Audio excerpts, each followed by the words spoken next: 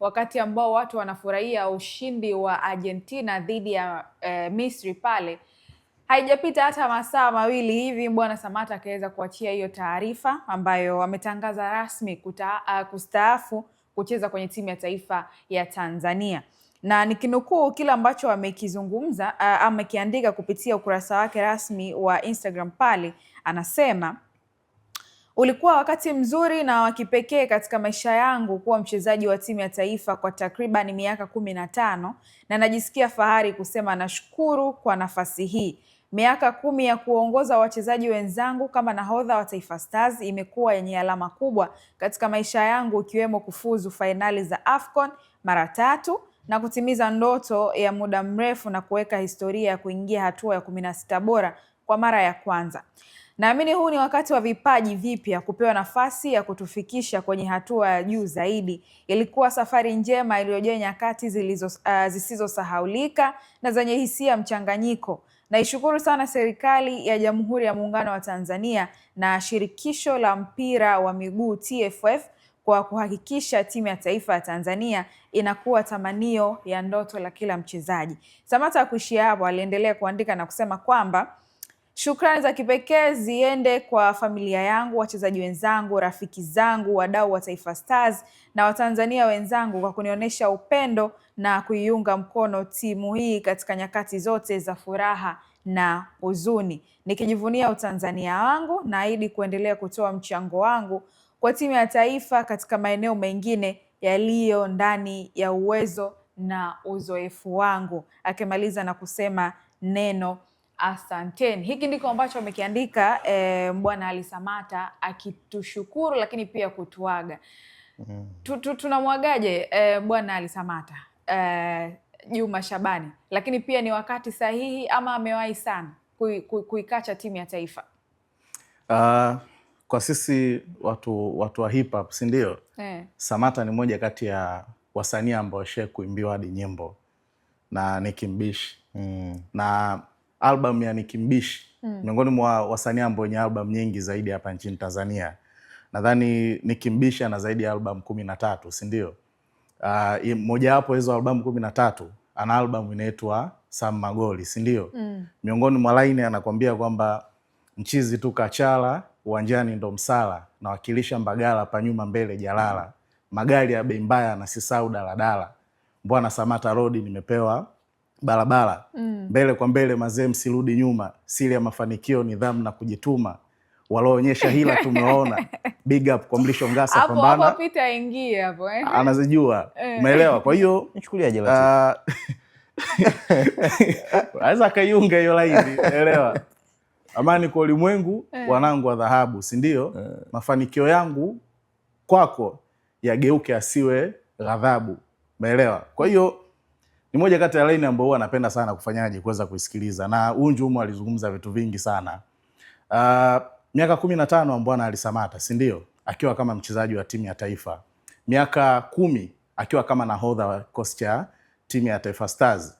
Kwenye hiyo miaka 10 ni Bwana Samatta ambaye amefanikiwa kuweza kuipeleka Stars AFCON mara 3 na mara 2 tuliona achievement ambayo ilikuwa imetokea, lakini mara moja tumeiona Stars ikiingia kwenye upande wa hatua za 16 bora, kitu ambacho katika historia yetu kama taifa hatukuweza kufanikisha hilo. Lakini Samatta anakumbukwa zaidi kwa mchango wake kwenye upande wa timu yetu ya Taifa Stars. Unapomzungumzia Samatta unataja michezo 87, si ndio? Akiwa amefunga magoli 22 na goli lake la kwanza alilifunga Machi 2011 dhidi ya nchi ilikuwa inaitwaje?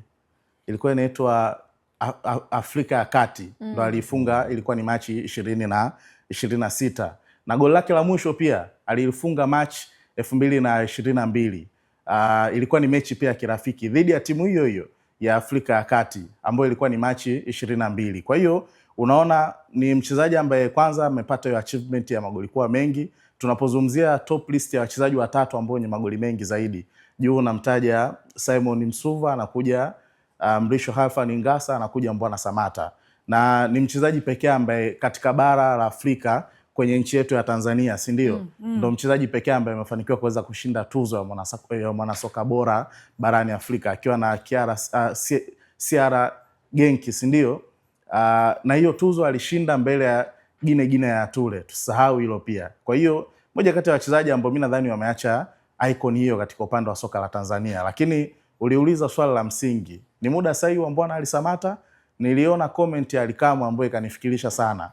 Sisi mwakani tunaenda kushiriki, tunaenda kuandaa mashindano ya AFCON, si ndio? Tanzania tumejaliwa kitu kimoja. Katika nchi za Uganda, Kenya pamoja na Tanzania, wenzetu watakuwa na kiwanja kimoja, si ndio? Lakini sisi tumepata hiyo bahati. Tutakuwa tuna uwanja wa Benjamin Mkapa, uwanja wa Arusha, lakini pia na uwanja wa Zanzibar. Ina maana sisi umoja wetu wa Tanzania pamoja na Zanzibar kwa ujumla, sisi tutakuwa na viwanja vitatu. Wenzetu watakuwa na kiwanja kimoja. Na tunaenda katika mashindano makubwa. Hatuna icon wa timu yetu ya taifa. Mbwana Samatta tulikuwa tunamtizama kama sehemu ya icon ya taifa. Kwa maana kwa sasa hivi kama unapozungumzia mziki wa Tanzania, si ndio? Lazima umtaje Diamond, utamtaja pia na Alikiba, si ndio? Unapozungumzia mpira pia wa Tanzania kwa level za kimataifa, lazima utamtaja Mbwana Ally Samatta. Kwa hiyo mimi nadhani haukuwa ni muda sahihi, japo kwake yeye ameona kwamba baadaye isije kaa lawama, kwa sababu inawezekana ameangalia mashindano ya kombe la dunia, ameona pressure ambayo amekuwa anakutana nayo Lionel Messi, ameona pressure ambayo amekuwa anakutana nayo nani, Cristiano Ronaldo. Anasema mtumbuizaji mzuri ni yule ambaye anayejua ni muda gani wa kushuka stage. Lakini kama taifa kuondoka na icon, tulikuwa bado tunamhitaji zaidi Mbwana Samatta. Pengine asingetuaga ndani ya Instagram, bali angetuaga akiwa yuko uwanjani zaidi. Peter, wakati ambao Mbwana Samatta anatuaga, mimi nimefuatilia comment sio za kufurahisha. Wapo ambao ni kama wanachekelea hivi, wapo ambao wanahuzunika kwamba amewahi sana. Unadhani kwa hii miaka 15 ya Mbwana Samatta ndani ya Tanzania tulimpa ile heshima ambayo alistahili? Amechelewa kufanya maamuzi aliyoyafanya. Amechelewa kufanya maamuzi aliyoyafanya.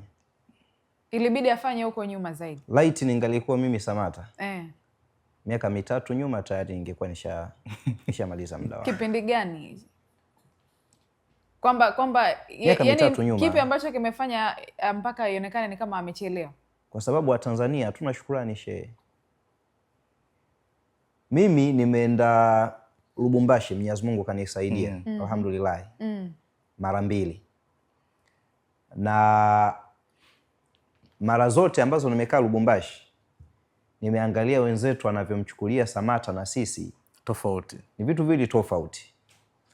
Mara ya pili wakati naenda Lubumbashi ilikuwa nimeenda mara baada ya kutokea lile tukio lilotokea Kinshasa, timu ya taifa imeenda katika mchezo dhidi ya Kongo, lakini ilikuwa ni Kongo Brazzaville. Hii ya kina Innocent Loemba ambayo ndio Simba walimuona pale. Mashabiki wamejaa nje. Wanamwimba nani? Wanamwimba Samatta. Mind you, hao ni mashabiki waliopo Kinshasa. Kutoka Kinshasa kwenda Lubumbashi kwa miundombinu ya chini unaweza kutumia hata wiki 2, ni parefu sana. Lakini of course kwa ndege ni chapu, ila wiki 2 hizo ni kwa sababu ya miundombinu ya kule. Lakini ukiwa kuna barabara ni urefu wa kutoka, tunaweza tukasema hapa Kigoma au mbele kidogo ni siku 2. Lakini pia wale ni mahasimu, yani kule kuna AS Vita. Ni mahasimu wa Kongo Lubumbashi alikokuwa anacheza Samatta TP Mazembe. Yani kama leo hii labda Yanga angekuwa nakaa Mbeya, alafu labda atoke huku Shomari Kapombe, labda anacheza timu ya taifa nyingine lakini alikuwa amecheza Simba. Alafu anaenda Mbeya, mashabiki wa Yanga sasa wanaenda wamejaa wanamuimba Shomari Kapombe. Sasa unaweza kupata hiyo picha, mahasimu wa Samatta wanamuimba Samatta. Nimeenda pia mara ya kwanza nikakutana na waandishi wawili wa Kongo. Kuna mmoja anaitwa Albert, kuna mmoja anaitwa Glovic. Wako pale Lubumbashi. Nikawauliza, hivi jamani inakuaje Samatta akitua hapa? Kabla sijamaliza swali wakasema, shehe wangu, kila mtu anaacha kazi zake hapa. Yaani walio kwenye maofisi huko juu gorofani watashuka hapa, wanaochomelea vyuma pale watashuka hapa, wakota taka watashuka hapa. Akasema Samatta hapa kwetu sisi ni mfalme. Akamaliza kwa kauli moja ambayo ndo nasema kwa nini Samatta amechelewa. Akasema hivi, kwetu sisi tunahisi Samatta ni Mkongo kuliko Mtanzania. Nikamuuliza kwa nini? Akasema Samatta kaja huku mdogo na sisi ni kama ndo tumemexpose kwenye dunia ya mpira. Kwa siku zote Samatta sisi tunamhesabia kama Mkongo kuliko hata Mtanzania. Na hapa kacheza miezi 6 tu pekee. Hapa kacheza miezi 6 tu kwenye ile top flight. Lakini sisi ukiona jinsi ambavyo tunamchukulia Samata kutokana na kile ambacho kinatokea, kuna muda yanatokea makosa ya kitimu tunamlaumu Samata, kuna muda yanatokea makosa ya kimbinu tunamlaumu Samata. Yaani ndo amekuwa mchezaji ambaye tunamwangushia jumba bovu, tunataka afanye kila kitu yeye, lakini kimsingi mambo aliyokuwa ameyafanya ni makubwa kuliko kile ambacho sisi tulikuwa tunamappreciate nacho. Kwa maana nasema hivi, amechelewa. Sawa, basi na sisi tumtakie heri Bwana Ali Samata kwa kile ambacho amekizungumza. Mimi kwa upande wangu sijafurahi, yani nilitamani kuona akiendelea kuwepo zaidi kwenye timu ya taifa. Kwa hiyo kuaga naona ni kama vile ni mapema sana. Nimefurahi, tushike adabu. Kila la heri 255 champion boy. Darasa ndo alisemaga hivyo, champion boy. Basi toke ni kocha Fadlu Davis ambaye alikuwa akihusishwa kujiunga na klabu ya Young Africans, na taarifa inasema kwamba Fadlu bana ameitolea nje ofa ya klabu ya Young Africans akiwa ana mipango yake mingine msimu wa 2026-27. Kwa hiki ambacho Fadlu amekifanya ni kama vile itakwenda kuivuruga kidogo project ya Yanga kwa msimu ujao. Juma, inategemeana kwa sababu mnapoingia sokoni kwa ajili ya kutafuta mwalimu ama kuweza kutafuta mchezaji, si ndio? Lazima mwe mna option nyingi zaidi mezani, kwa maana kwamba option A inaweza ikakataa, lakini mkaa na option B kuhakikisha kwamba nyie hamtoki kwenye target ambayo mlikuwa mmeenda kuikusudia. Na huo ndo utaratibu ambao mara nyingi huwa upo zaidi. Sheikh, kumsikia siku moja kocha Jose Mourinho wakati anaondoka na ndani ya kocha cha Chelsea, alikuwa anazungumza, anasema kwamba katika msimu wake wa mwisho akiwa na Chelsea alikuwa anapeleka majina kwenye position moja, anapeleka option 3, lakini option ya kwanza hii hapa, mkifeli hapa basi hapa, mmefeli sana basi mnatakiwa muangukie kwenye option C, si ndio? Na sajili nyingi ambazo analalamika ambazo alizoletewa zilikuwa ni option C, B, A nyingi ambazo walikuwa wanazihitaji zilikuwa zinafanyaje? Zinakosekana. Kwa hiyo mimi naamini kwa upande wa Young Africans halikuwa ni jina tu pekee la kocha Fadlu. Lazima walikuwa na majina mengi zaidi. Ni kama ile story ambayo ilikuwa ina trend ya kuhusiana na timu ya taifa ya Mali, si ndio? Walikuwa na majina 5 ya makocha ambao walikuwa wanahitaji. Lakini kwenye kuachakata mpaka likaja jina moja likasalia jina la Florent Ibenge. Lakini baada ya kumkosa Ibenge waliangukia tena kwenye option nyingine ambao walikuwa naamini kwamba ikitokea tumeshindwana na Ibenge basi tunaweza tukaangukia kocha mwingine. Naamini hata kwa upande wa Young Africans, japo tetesi za kumhitaji Fadlu kuanzia tu hapa, hata kipindi ambacho Fadlu anamaliza season akiwa na Simba bado ilikuwa inazungumzika kwamba kuna possibility ya Young Africans waka-attempt kwa nani? Kwa kocha Fadlu. Lakini kuna sababu nyingi zaidi. Inatajwa maslahi ya kimshahara ikiwa ndo kama ndo sehemu ya changamoto kubwa, lakini inawezekana hata project ambayo amempelekea pengine hajaweza kuafikiana nayo, kwa sababu ukiangalia Young Africans kwa sasa haihitaji maboresho bali inahitaji ujenzi wa timu. Na siku moja nadhani ulienda kufanya interview na Dominic Salamba, si ndio? Alitoa mtazamo wake kwenye wachezaji 12 wa kigeni. Anaona walau hata namna wachezaji ambao wanaweza wakasalia kwenye upande wa kikosi. Alitaja wachezaji wachache, si ndio? Kitu ambacho ukiangalia kama Young Africans kweli wataenda kwenye hizo target ambazo Salamba anaziona, tafsiri yake ni kwamba hamuendi kwenye maboresho ya timu bali mnaenda kwenye ujenzi wa nini? Kwenye ujenzi wa timu. Sasa inawezekana mwalimu akakubaliana na ujenzi wa timu kwa maana ya kuitengeneza tena project upya, lakini demand ikawa ni kubwa zaidi kuliko kila ambacho yeye anachokitizama. Mnaweza mkampa hiyo kujenga timu, lakini nyie hapo mnahitaji kuweza kushinda mataji. Kwa sababu ukiangalia na kauli ya Engineer Hersi kwenye parade la Young Africans, alizungumza akasema kwamba wao wanachokihitaji ni kuhakikisha kwamba yale mataji ambayo waliyopoteza kwa msimu huu, kwa maana kombe la FA pamoja na kombe la Muungano, wanaporejea msimu ujao wanaenda kwenda kufanyaje? Kwenda kuyarejesha. Kwani Juma, tofauti ya maboresho na kujenga ni ipi? Maboresho na maana mnaangalia zile sehemu ambazo zilizokuwa zinapelea, si ndio? Ndo mnaenda kwenda kuzifanyia kazi. Kwenye ujenzi wa timu, kwa maana kwamba huwa wanasema ili mbegu yote lazima ioze, si ndio? Ndo inakuja kuota upya. Ndicho ambacho mimi nakiona kwa upande wa Young Africans. Kwani Yanga ina ubovu, yani Yanga ina ubovu wa kusema kwamba inahitaji ujenzi wa timu? Kuna kitu kimoja Petro. Wachezaji wengi wa Young Africans kwa sasa hivi wametumika zaidi ya misimu 5. Yaani wametumika zaidi ya misimu 4. Huu si msimu wa 5. Ina maana wanaenda msimu wa 6. kuna namna huwa tunasema wachezaji huwa wanakosa ile hunger and desire, kwa maana ile kiu ya mafanikio, si ndio? Inabidi watoe wale wachezaji, ulete wachezaji wapi ambao kama una target, kwa sababu wao hapo mimi ndo ambapo sikubaliani. Unajua kwa sababu gani? Ulimwenguni kote kitu ambacho mtu mwenye taasisi mwenye shughuli yake anachokitanguliza ni uzoefu.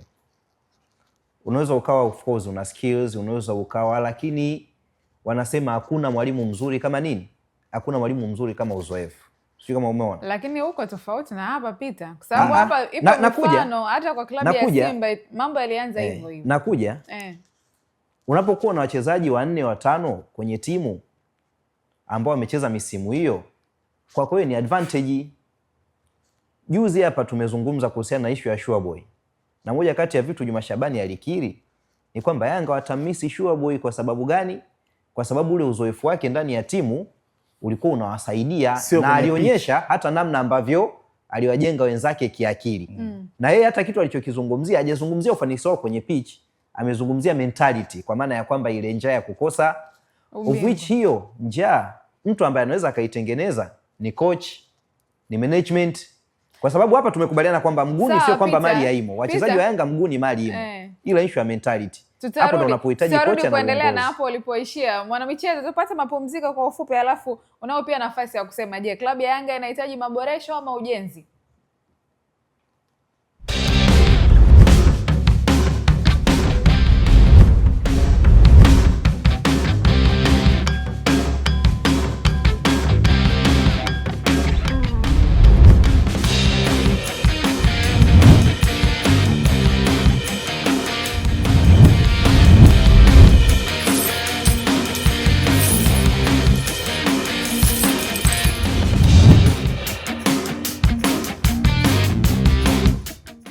Freshness. Kibongo.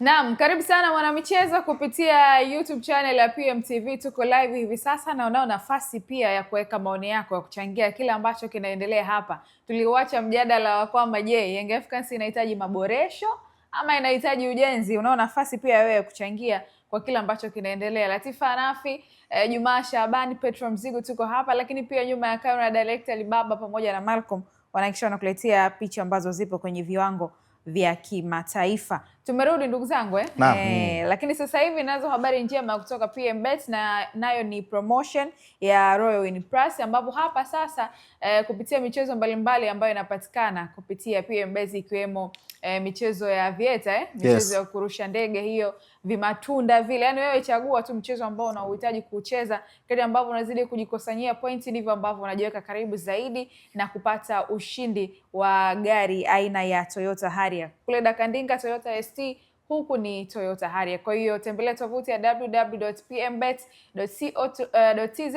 cheza kadri ya unavyoweza. Tumemalizana kuhusiana na ujenzi na maboresho bila shaka. Hamna ambalo limesalia hapo. Tusubiri comment za mashabiki. Tusubiri comment.